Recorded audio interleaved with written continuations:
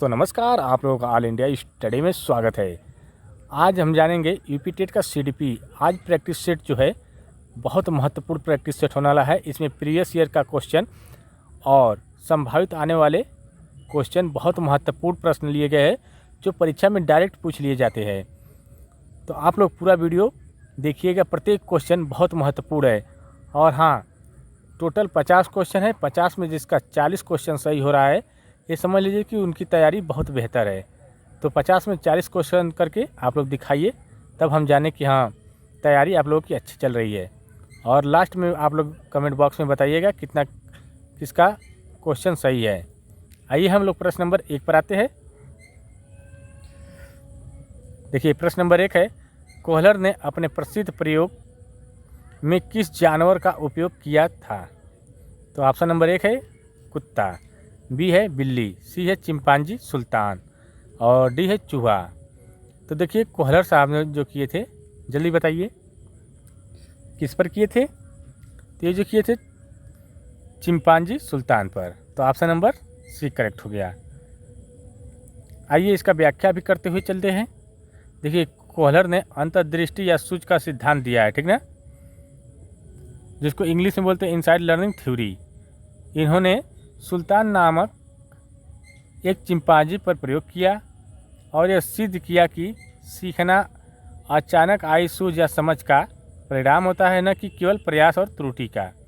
इनका कहने का मतलब जो सीख होती है ना, अचानक आ जाती है ना, ये नहीं कि सिर्फ प्रयास और त्रुटि से ही आएगी, लर्निंग बाय डूइंग से ही आएगी, ट्रायल एंड एरर से ही आएगी, बल्कि ये अचानक आ जाती है, ठीक ना। आइए प्रश्न नंबर 2 देखते हैं। प्रश्न नंबर 2 है, प्रयास और त्रुटि का सिद्धांत किसने प्रतिपादित किया था? तो ऑप्शन नंबर 1 थांडाइक, बी है पावलोव, सी है स्किनर और डी है गेस्टाल्ट, ठीक ना। तो देखिए, इसका जो सही आंसर क्या हो जाएगा, जल्दी बताइए। तो ये जो है थांडाइक ने, इसका सही जवाब क्या हो जाएगा? Thorndike. Option number A correct हो जाएगा। देखिए, थांडाइक ने बिल्ली पर प्रयोग करके यह सिद्धांत दिया था। उन्होंने सीखने के 3 मुख्य नियम दिए थे। कौन कौन से नियम है? तत्परता का नियम, अभ्यास का नियम और प्रभाव का नियम। प्रयास और त्रुटि का सिद्धांत किसने दिया है? थांडाइक ने दिया है, ठीक ना। इनका 3 नियम कौन कौन सा है? तत्परता का नियम, अभ्यास का नियम और प्रभाव का नियम। आइए प्रश्न नंबर 3 देखेंगे। क्रिया प्रसूत अनुबंधन सिद्धांत का प्रतिपादक किसने किया? कर है क्रिया प्रसूत अनुबंधन का सिद्धांत का प्रतिपादन किसने किया? तो ऑप्शन नंबर 1 है हल, बी है थांडाइक, सी है हेगार्टी और डी है बीएफ स्किनर। तो देखिए, किसने किया, जल्दी बताइए। ऑपरेंट कंडीशनिंग थ्योरी, यह जो दी है बीएफ स्किनर ने। तो इसका सही जवाब क्या हो जाएगा? BF Skinner. Option number D correct हो जाएगा। बीएफ स्किनर ने चूहों और कबूतर पर प्रयोग किया था, ठीक ना। इस सिद्धांत के अनुसार व्यवहार उसके परिणामों पुनर्बलन या दंड द्वारा नियंत्रित होता है, ठीक ना। ये बात बताए थे स्किनर साहब ने। तो क्रिया प्रसूत अनुबंधन का सिद्धांत किसने दिया है? बीएफ स्किनर ने, ठीक ना, याद रखिएगा। आइए प्रश्न नंबर 4 देखेंगे। बुद्धि के द्विकारक सिद्धांत का प्रतिपादक किसने किया? ऑप्शन नंबर 1 है थर्स्टन ने, बी है स्पीयरमैन और सी है गिलफोर्ड और डी है बीने। तो देखिए, बुद्धि के द्विकारक सिद्धांत का जो प्रतिपादन करने वाले हैं कौन है? स्पीयरमैन। तो इसका सही जवाब हो जाएगा स्पीयरमैन। देखिए, चार्ल्स स्पीयरमैन ने बुद्धि के 2 कारक बताए हैं। एक जी फैक्टर, जिसको सामान्य योग्यता का बोला जाता है, जो जन्मजात होती है, और एक यस फैक्टर, जो विशिष्ट योग्यता होती है, जो अर्जित की जाती है। जी फैक्टर में जन्मजात होती है और यस फैक्टर में क्या होता है? जो अर्जित की जाती है, ठीक ना। आइए प्रश्न नंबर 5 देखेंगे। पियाजे के अनुसार प्राक संक्रियात्मक अवस्था की अवधि क्या है? प्री ऑपरेशनल स्टेज जो होता है, ठीक ना। ऑप्शन नंबर 1 जन्म से 2 वर्ष, बी है 2 से 7 वर्ष, सी है 7 से 11 वर्ष और डी है 11 से 15 वर्ष। तो देखिए ये जो है पूर्व संक्रियात्मक अवस्था जिसको बोलते हैं, यह 2 से 7 वर्ष है, ठीक ना। तो इसका सही जवाब हो जाएगा 2 से 7 वर्ष। इन्होंने 4 अवस्था बताई है, ठीक ना। आइए प्रश्न नंबर 6 देखेंगे। मानसिक आयु का प्रत्यय सबसे पहले किसने दिया था? तो देखिए ऑप्शन नंबर 1 है स्टर्न, बी है टर्मन, सी है बीने साइमन और डी है सिरिल बर्ट। तो देखिए ये जो दिए थे बीने साइमन ने, कौन दिए थे? बीने साइमन। इसका सही जवाब हो जाएगा ऑप्शन नंबर सी। आइए प्रश्न नंबर 7 देखेंगे। बुद्धि लब्धि IQ निकालने का सही सूत्र क्या है? तो देखिए ऑप्शन नंबर 1 है मानसिक आयु बटे वास्तविक आयु, बी है वास्तविक आयु बटे मानसिक आयु, सी है मानसिक आयु बटे वास्तविक आयु गुणे 100 और डी है वास्तविक आयु गुणे मानसिक आयु बटे 100 गुणे 100। तो देखिए इसका जो सही आंसर क्या हो जाएगा? मानसिक आयु बटे वास्तविक आयु गुणे 100, ठीक ना। यह कौन दिए थे? यह जो है विलियम स्टर्न ने शुरू किया था, लेकिन टर्मन ने इसमें 100 से गुणा करके इसको पूरा किया था, ठीक ना। आइए प्रश्न नंबर 8 देखेंगे। सीखने के पठार का मुख्य कारण क्या होता है? ऑप्शन नंबर 1 प्रेरणा की कमी या थकान, बी है परिपक्वता, सी अच्छी शिक्षण विधि और डी है रुचि का बढ़ना। करा सीखने का पठार का मुख्य कारण, पठार मतलब रुकावट, ठीक ना। तो इसका मतलब क्या हो जाएगा? प्रेरणा की कमी या थकान, ठीक ना। तो इसका सही जवाब हो जाएगा ऑप्शन नंबर ए, ठीक ना। जब सीखने की गति को में कोई सुधार या गिरावट नहीं होती है और ग्राफ एक सीधी रेखा में दिखने लगता है तो उसे सीखने का पठार कहते हैं, ठीक ना। इसमें थकान, अरुचि, प्रेरणा की कमी हो सकती है, ठीक ना। आइए प्रश्न नंबर 9 देखते हैं। सीखने का क्लासिकी अनुबंधन सिद्धांत मतलब क्लासिकल कंडीशनिंग किसने दिया है? ऑप्शन नंबर 1 स्किनर, बी है पावलाव, सी है थर्नडाइक और डी है कोहलर। तो ये जो कौन दी है? सही बताइए जल्दी से। पावलाव ने, ठीक ना। तो इसका सही जवाब हो जाएगा पावलाव, ठीक ना। पावलाव ने कुत्ते पर प्रयोग किया था। उन्होंने लार टपकने की एक स्वाभाविक क्रिया को घंटी की कृत्रिम आवाज़ के साथ जोड़कर दिखाया था, ठीक ना। आइए प्रश्न नंबर 10 देखेंगे। विद्रोह की भावना की प्रवृत्ति निम्न में से किस अवस्था से संबंधित है? तो ऑप्शन नंबर 1 शैशवावस्था, बाल्यावस्था, पूर्व किशोरावस्था, मध्य किशोरावस्था। तो देखिए जो विद्रोह की भाव होती है यह पूर्व किशोरावस्था में होती है, ठीक ना, जो 12 से 14 वर्ष की होती है, ठीक ना। इसमें क्या होता है कि बच्चा जो होता है समाज या माता पिता के बंधनों के खिलाफ विद्रोह की भावना विकसित करने लगता है, ठीक ना। आइए प्रश्न नंबर 11 देखेंगे। बालक का विकास सिर से पैर की दिशा में होता है, यह विकास का कौन सा सिद्धांत है? तो देखिए ऑप्शन नंबर 1 है समीपो दूरस्थ नियम, करा समीपो दूरस्थ नियम, बी है सिरोपुच्छीय नियम और सी है निरंतरता का नियम और डी है व्यक्तित्व विभिन्नता का नियम। तो देखिए इसका जो सही जवाब क्या हो जाएगा?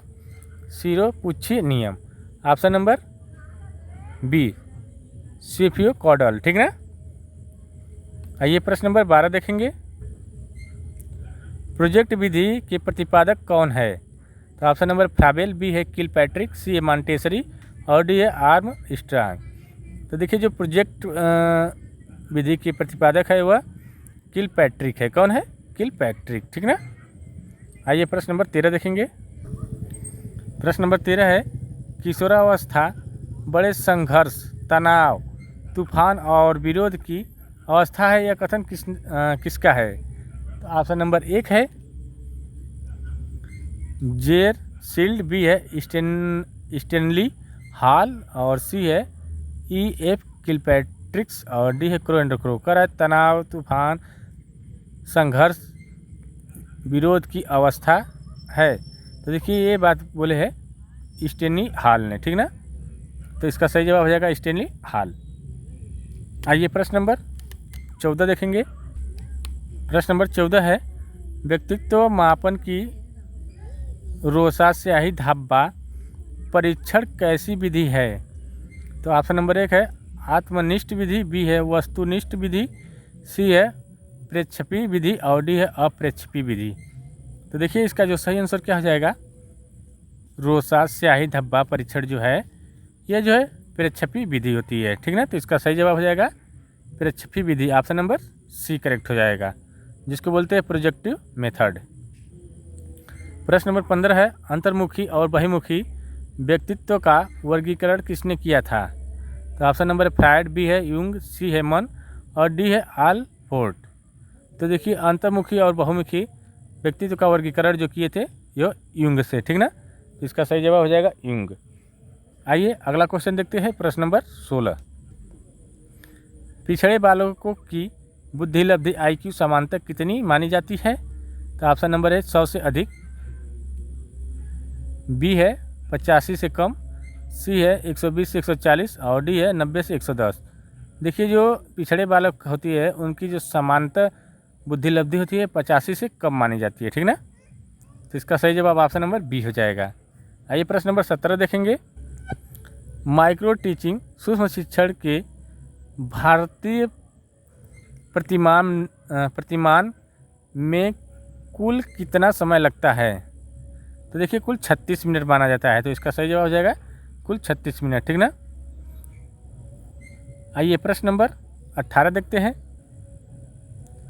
डिसलेक्सिया किससे संबंधित विकार है? तो देखिए जो डिसलेक्सिया है यह पठन विकार होता है। कौन सा होता है? पठन विकार। आइए प्रश्न नंबर 19 देखेंगे। व्यवहारवाद की जनक कौन है? तो वाटसन, वुडवर्थ, कोहलर, स्किनर, कौन है बताइए जल्दी। व्यवहारवाद के जनक, तो देखिए ये व्यवहारवाद के जनक वाटसन है, ठीक ना। तो इसका सही जवाब हो जाएगा वाटसन, ठीक ना। JB वाटसन ने 1913 में व्यवहारवाद की स्थापना की थी। उसका प्रसिद्ध कथन जो था, तुम मुझे कोई भी बच्चा दे दो, मैं उसे डॉक्टर, वकील या चोर कुछ भी बना सकता हूँ। आइए प्रश्न नंबर 20 देखेंगे। प्रश्न नंबर 20 है मनोविश्लेषणात्मक सिद्धांत के प्रतिपादक कौन थे? तो ऑप्शन नंबर 1 है अल्फ्रेड एडलर, बी है सिगमंड फ्रायड, सी है कार्ल यूंग और डी है विलियम जेम्स। तो बताइए मनोविश्लेषणात्मक सिद्धांत के प्रतिपादक कौन है? तो देखिए ये जो है सिगमंड फ्रायड ने, इसका सही जवाब हो जाएगा सिगमंड फ्रायड। फ्रायड ने 3 स्तर बताए हैं, ठीक ना। मन के 3 स्तर बताए, चेतन, अर्धचेतन और अचेतन, ठीक ना। साथ ही में इन्होंने व्यक्तित्व के 3 तत्व बताए हैं, जिसमें ID, ईगो, सुपर ईगो। आइए प्रश्न नंबर 21 देखेंगे। स्कीमा का क्या अर्थ है? तो ऑप्शन नंबर 1 है शारीरिक गत्यात्मक क्रिया, बी है खंडित व्यवहार और सी है मस्तिष्क में संगठित ज्ञान की संरचना और डी है उद्दीपक अनुक्रिया संबंध। तो देखिए स्कीमा का जो अर्थ होता है मस्तिष्क में संगठित ज्ञान की संरचना, ठीक है। तो यह कौन दी है? जीन पियाजे के अनुसार स्कीमा वो मानसिक संरचना होती है जिसके द्वारा मनुष्य सूचनाओं को व्यवस्थित और व्याख्यायित करता है, ठीक है। आइए प्रश्न नंबर 22 देखेंगे। पियाजे के अनुसार मूर्त संक्रियात्मक अवस्था का काल क्या है? मूर्त संक्रियात्मक अवस्था किसमें होती है? 2 से 7 वर्ष, 7 से 11 वर्ष, 11 से 15 वर्ष और जन्म से 2 वर्ष। तो देखिए जो मूर्त संक्रियात्मक अवस्था होती है पियाजे के अनुसार यह 7 से 11 वर्ष की होती है, ठीक ना। इसमें बच्चा क्या करने लगता है? तार्किक चिंतन शुरू कर देता है। आइए प्रश्न नंबर 23 देखेंगे। सामूहिक अचेतन का संप्रत्यय किसने दिया था? ऑप्शन नंबर 1 है फ्रायड, बी है यूंग, सी है एडलर और डी है सुलिवन। तो देखिए इसका जो सही जवाब क्या हो जाएगा, सामूहिक अचेतन की बात जो करता है वह यूंग ने, ठीक ना। तो इसका सही जवाब हो जाएगा यूंग, ठीक ना। आइए प्रश्न नंबर 24 देखेंगे। अभिप्रेरणा का मूल प्रवृत्ति सिद्धांत किसने दिया? तो ऑप्शन नंबर 1 है मैस्लो, बी है मैकडूगल, सी है स्किनर और डी है थॉर्नडाइक। तो देखिए कौन दिए अभिप्रेरणा का मूल प्रवृत्ति का सिद्धांत? मैकडूगल। कौन दिए है? मैकडूगल। तो इसका सही जवाब हो जाएगा मैकडूगल, ठीक ना। इन्होंने 14 मूल प्रवृत्ति बताई है, ठीक ना, जो एक दूसरे से जुड़ी हुई है। आइए प्रश्न नंबर 25 देखेंगे। आवश्यकता का पदानुक्रम सिद्धांत किसने दिया?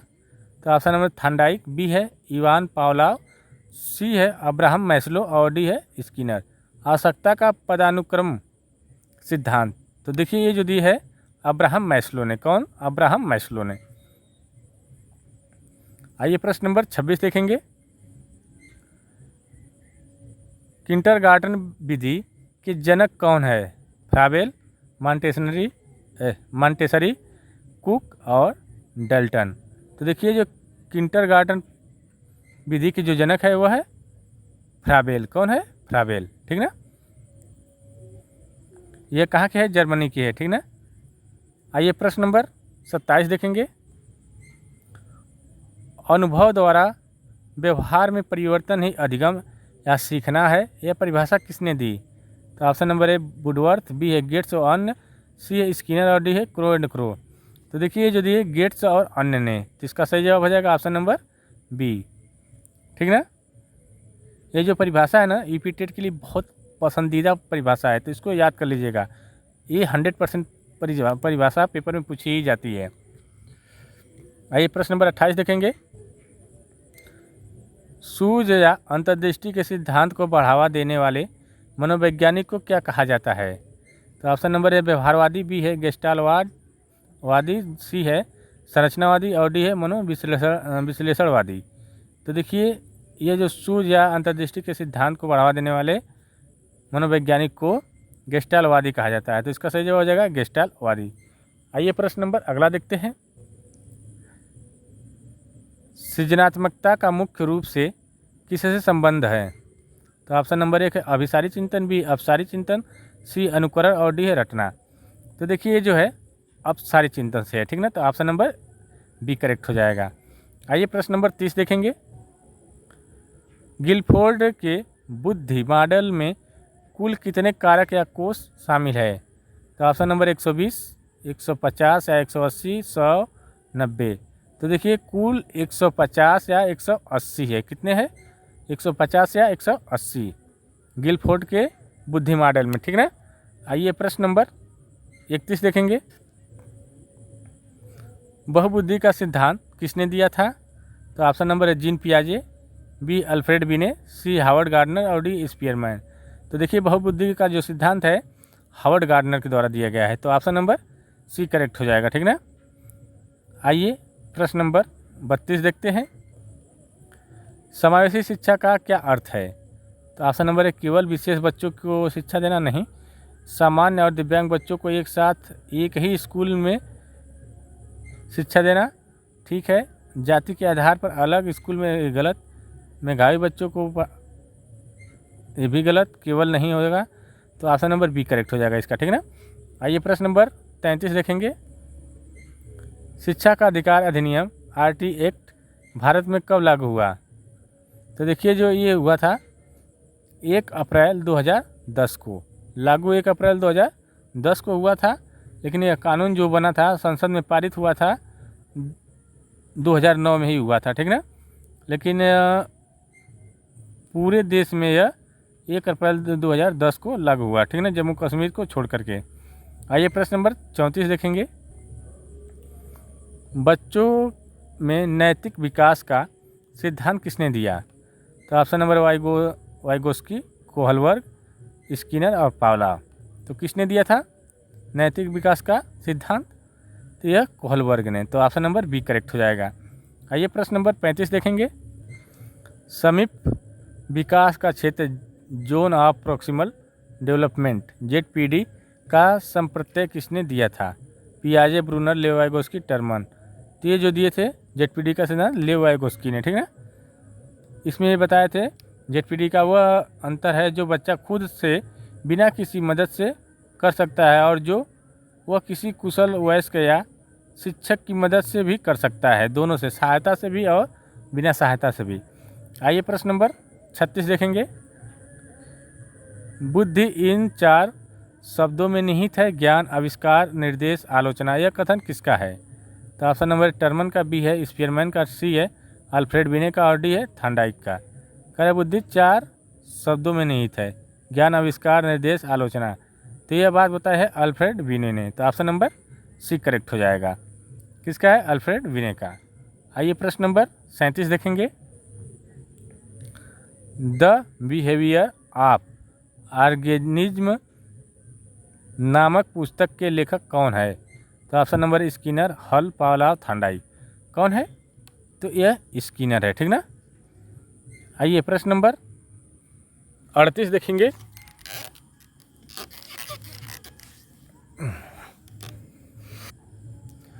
सीखने का प्राथमिक नियम निम्न में से कौन सा है?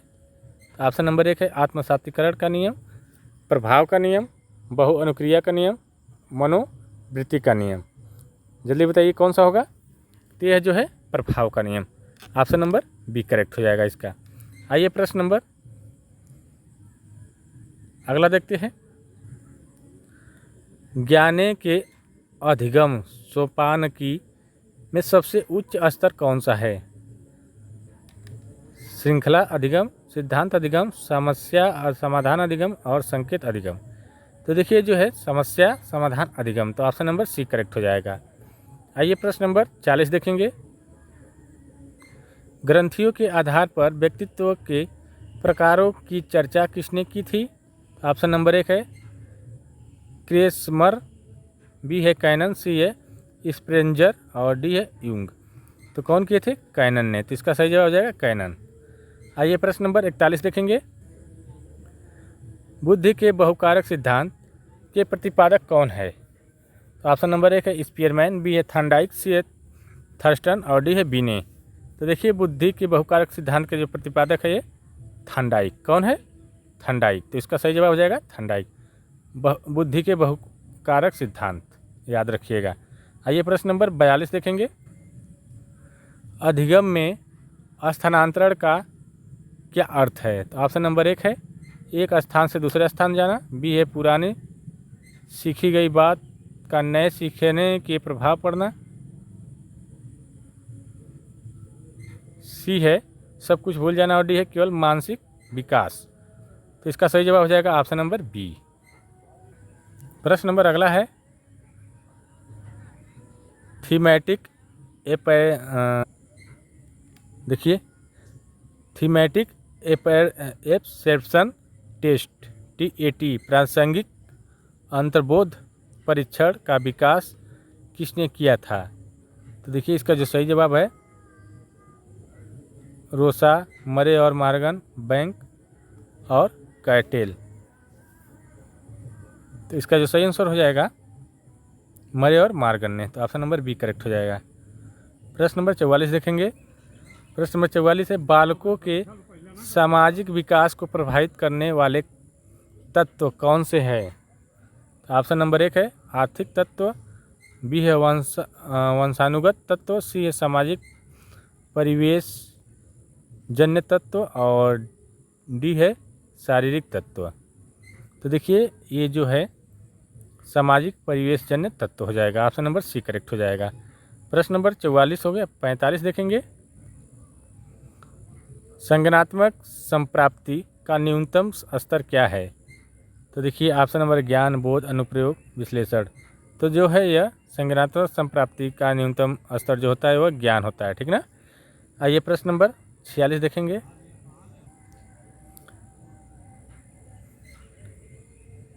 प्रश्न नंबर 46 है हेरिडिटरी जीनियस नामक पुस्तक के लेखक कौन है? तो देखिए ये जो है फ्रांसिस गाल्टन। कौन है? Francis Galton. आइए प्रश्न नंबर 47 देखेंगे। मानसिक सुस्वास्थ्य को बनाए रखने और उसे बचाने का विज्ञान क्या कहलाता है? तो देखिए ऑप्शन नंबर 1 मानसिक हाइजीन या मानसिक स्वास्थ्य विज्ञान, बी है शारीर विज्ञान, सी है व्यवहारवाद और डी है चेतना का विज्ञान। तो देखिए जो कहलाता है मानसिक हाइजीन या मानसिक स्वास्थ्य विज्ञान। ऑप्शन नंबर 1 करेक्ट हो जाएगा। प्रश्न नंबर 48 देखेंगे। मूल प्रवृत्तियों को 14 प्रकार से किसने वर्गीकृत किया है? तो देखिए ड्रेवर, मैकडूगल, थॉर्नडाइक, वुडवर्थ। तो ये जो कि है मैकडूगल 14 प्रकार में, ठीक ना। आइए प्रश्न नंबर 49 देखेंगे। थॉर्नडाइक ने अपने सिद्धांत को किस शीर्षक से सिद्ध किया?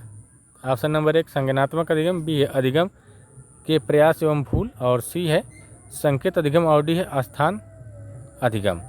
तो देखिए इसका जो सही जवाब हो जाएगा अधिगम के प्रयास एवं भूल, ऑप्शन नंबर बी करेक्ट हो जाएगा। आइए प्रश्न नंबर 50 देखेंगे, आज का लास्ट और अंतिम क्वेश्चन।